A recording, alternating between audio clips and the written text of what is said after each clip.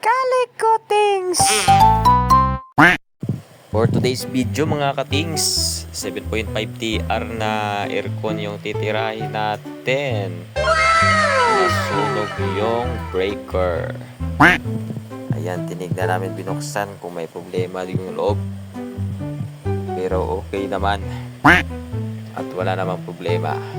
Nag-loss lang yata yung panito terminal. Kaya nasunog.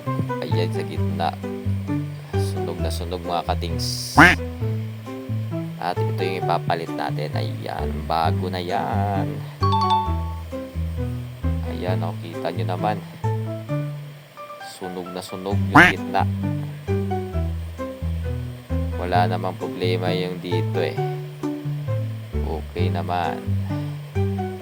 At ayan. Naka-boreless tayo mga katings kasi sobrang init dyan sa taas. Oh my God! Hindi ka makapagod sa trabaho, mapapagod ka sa init mga katings. Ayan, umiikot-ikot pa yung camera natin. Una ko munang binaklas yung sa ilalim para hindi tayo malito. Para isang salpakan lang.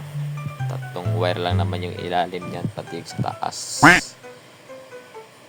Para di mag-rumble mga katings. Fast forward lang natin yung video mga katings. Ikot ang ako ko. Buat kasi di, may lumang maglagan mo. Yata. Oo, wala ka naman. Hindi na may dito mo. Kung ganyan lang muna, iwag lang kaya natin mahalak na. Barilan ka parang. Oo, tanaw.